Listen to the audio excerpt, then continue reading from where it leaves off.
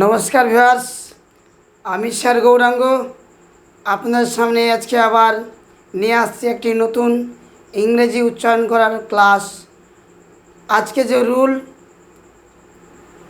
27, আজকের ক্লাস খুবই important class এবং খুবই ভাইটাল ক্লাস, তাই আপনারা প্রত্যেকেই মনোযোগ দিয়ে ক্লাসটা দেখবেন এবং বুঝবেন।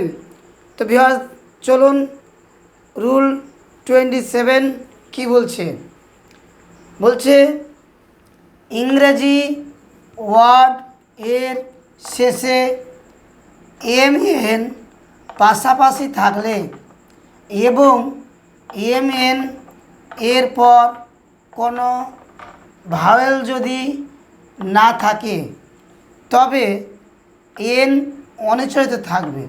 ভিউয়ার্স, আপনারা বুঝতেই পারছেন, কোন ইংরেজি ওয়ার্ডের শেষে এম এন পাশাপাশি বসলে এবং এনের পরে যদি কোনো ভাওয়াল না থাকে তাহলে এক্ষেত্রে এন সাইলেন্ট লেটার হিসাবে ব্যবহৃত হবে।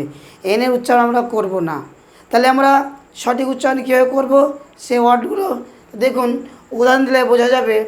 বলছে উদাহরণ দেখুন, বলছে এস ও এল ই এম এন। দেখুন, এই ওয়ার্ডের শেষে এম এন পাশাপাশি রয়েছে কিন্তু এনের পরে কোনো ভাওয়াল নেই, তাই এক্ষেত্রে মানে কি এনের উচ্চারণ করব না। এই শব্দটির উচ্চারণ কী হবে? সলেম। সলেম, সলেমের বাংলা যে আপনার অর্থ হচ্ছে সেটা যে গুরু গম্ভীর। তারপর উদাহরণ দেখুন, C O N D E M N. এখানে দেখুন শেষে এম এন রয়েছে, এনের পরে কোনো ভাওয়াল নাই, তাই এখানে এন উচ্চারণ আমরা করব না। উচ্চারণ কী হবে শব্দটির? কন্ডেম। কন্ডেম মানে হচ্ছে কি দোষারোপ। একই রকম আরেকটি উদাহরণ দেখুন, ডি এ এম এন।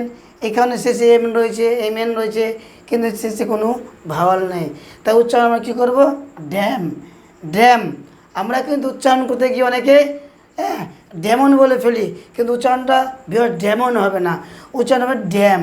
ড্যামের বাংলা অর্থ হচ্ছে অভিশাপ দেয়া। তো ভিউয়ার্স, মনে রাখবেন, এমএন পরে যদি কোনো ভাওয়াল না থাকে, ভাওয়াল মানে যে সমস্ত লেটারগুলো নিজে নিজে উচ্চারিত হতে পারে, ঠিক আছে, তা হচ্ছে ভাওয়াল। কোনো ভাওয়াল না থাকলে আমরা উচ্চারণ এনের করব না, এন ছাড়া আমরা উচ্চারণ করব। তো অবশ্যই আপনাদের এই ভিডিওটি অনেক ভালো লাগবে।